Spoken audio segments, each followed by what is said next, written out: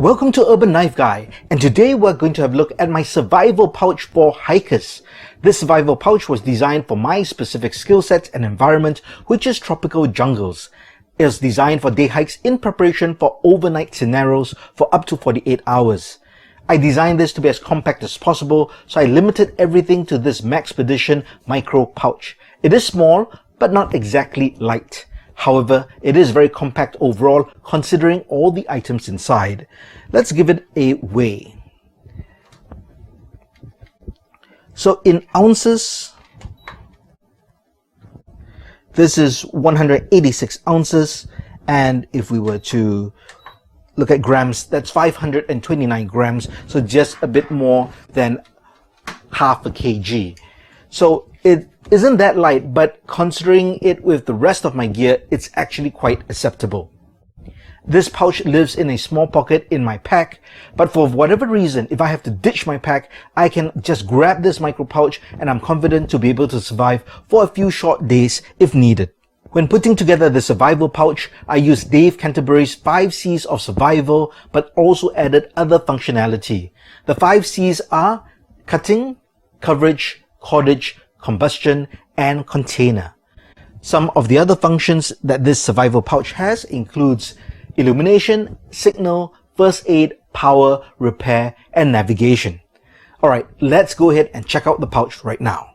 Let's start with the outside. As mentioned, this is a Maxpedition Micro Pouch. It doesn't have any MOLLE attachment, so you can't attach it to the belt. This is the smallest size available in this series. On the outside, I removed the cordage that was attached to the zipper, and I've got a lanyard of paracord over here. This is about 1.5 meters. Now attached to this handle, I've got this survival bracelet. Let me just pull that open here. So this is something you can get, you can buy, and it comes with different functionality within this survival bracelet or paracord bracelet. So the paracord here, also this is about 2.5 meters. You do have a cutting tool over here. You have a compass and a survival whistle, and you also have a very small stick of ferro rod over here. So you'd use this, use the back of this blade, and you can actually strike off sparks to create a fire. Now, when using this particular bracelet, if you're using it for navigation for the compass, and I did test this, even though this is the cheap kind of compass, this is pretty good actually, and it's pretty accurate. But you need to make sure that you always remove the blade, because if not, if you put the blade in, then that messes up the compass.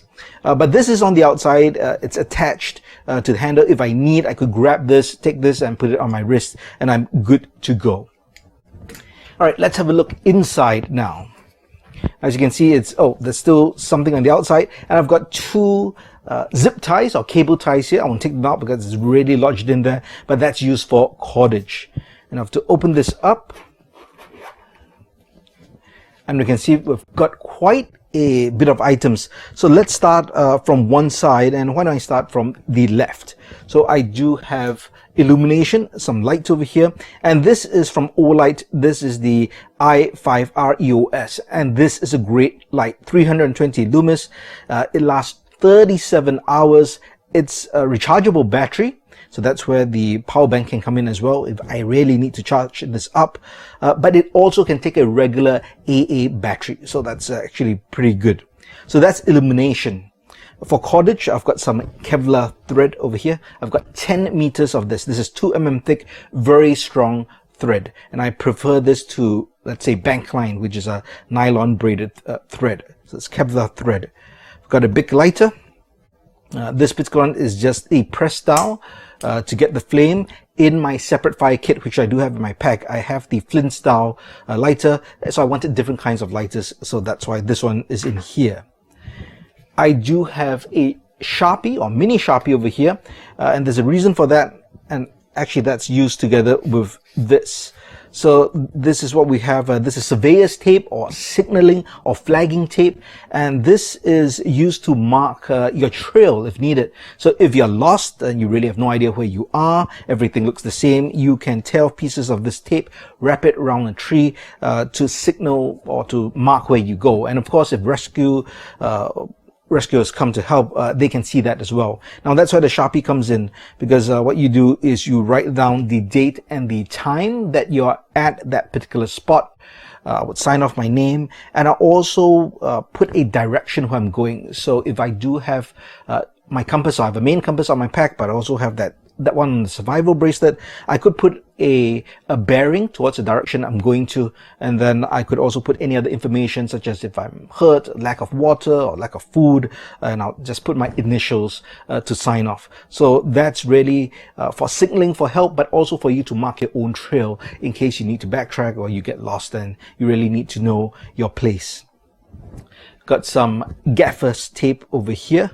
So I believe this is about 8 feet of tape, always very useful. And on the inside of the pouch, I've got some jute cord. So this jute cord or jute twine is very useful for tinder. So you could actually tease this open. So for example, you take one of these, tease them open. You can see there are 3 pieces over here. Tease them open even more, create a bird's nest, and this can take a spark, of course, or a lighter very easily to help you start a fire. Inside over here, I've got a small tin, and in this tin, this is kind of my fire kit, fire and tool kit. So what I've here are some stormproof matches. I've got a needle that can be used for repair as well, and I've got these light sticks. So these are the mini glow sticks which you break and they can glow, and these can glow for up to 12 hours. Inside, I also have a straw with some cotton infused with petroleum jelly. So that's waterproof in this straw. And over here, I've got some hemp thread, which is coated in beeswax. So this makes, again, really good, easy to light. So it's a wick that can be lit. And again, if we're in wet conditions, this can be used to help start a fire. So that's my fire kit in this small little tin. The last item we have in this pouch over here is a signal mirror. So this can be used for signaling, but it's also good for first aid. If you ever get cut or you get hurt and there's a place where you can't really see, you can use that mirror to check out how serious that wound is and to treat it. Now let's move on to the right. This is a power bank, 2600 mAh. This basically would be able to charge just under half a full charge of a phone. And of course, I've got the cable, and this cable can be used for my phone as well as the Olight that I showed earlier. For a cutting tool, I choose the Victorinox Swiss Soldier. I did a review and comparison to this with another knife, and this is my chosen knife, and it is my secondary folder because in my pack or with my main gear, I do have a fixed blade, I do have a silky saw, I do have a hatchet. But as a cutting tool within this emergency survival pouch, I've got a nice blade over here, one hand opening in case you're injured, so that's important. It's got a liner lock.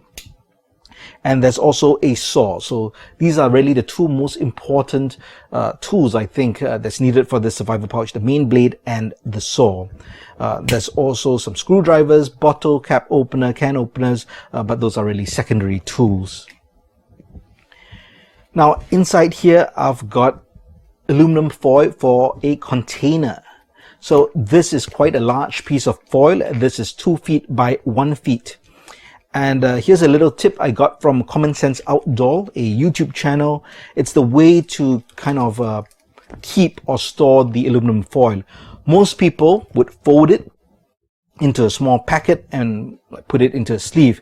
Now the problem with folding it is it creates multiple creases or joints, right? Across joints as you fold it, and that really weakens the aluminum foil and it could break. And if you're going to use this as a container to boil water in a survival situation, you do not want leaks. So the way to do it is just to fold it 3 times and then roll it up.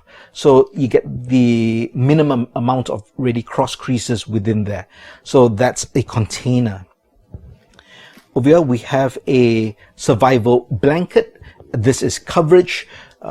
Here in this weather, it doesn't get extremely cold. Of course, if it rains, you can get wet. I guess if you fall into a river or something, you can use this as well. But really, mainly for cover, if you do need to spend the night, you have some kind of coverage. And there's a Ziploc bag, which can be used as a small container as well. But speaking of Ziploc bags, I do carry a freezer bag as well. So this is tough. This can be used to contain water. So it is a container once again. And because it's a freezer bag, you can also put hot, boiling water inside. So if you do boil water with the aluminum foil, you could put it into the bag to store. It would keep the hot water. And finally, we have a bit of first aid in this pouch. So this is a very basic first aid. I do carry a separate first aid kit as part of my pack, and I'll share that in the next video. So this is really bare essentials, maybe more for a bit for morale, but I do have some water purification tabs. There's alcohol swabs, iodine prep pads, and plasters and a piece of gauze. So very basic. And finally, over here, I do have a light attached to this loop over here. So this is just a cheap LED light. You can press it to light up, but you can also flick that switch to keep it lit like that. Now, the reason I have this here is if I happen to be in the dark and I need to open this pouch to get something, I could easily just immediately switch that on and I can see what's inside easily without having to fumble with the flashlight and trying to turn that on. And then I have, this kind of a redundancy for a second illumination source on top of my flashlight. And here we have all the items of my survival pouch. I forgot to mention that on the underside of the lid of my mini fire kit, I have the striking surface for matches taped to the underside of the lid and covered with gaffer's tape so that the matches won't rub against the striking surface, and that keeps it a little water resistant as well. So what do you think of the items in this pouch? Do you feel I missed out anything? Now bear in mind, this pouch was put together for my skill set as well as my specific environment. But let me know if you would add anything into this kit or even change some of these items out. If you liked the video, please give it a thumbs up. And if you like the content in general, please subscribe to the channel and hit that notification bell. Thanks for watching. And as usual, keep it folded, keep it safe.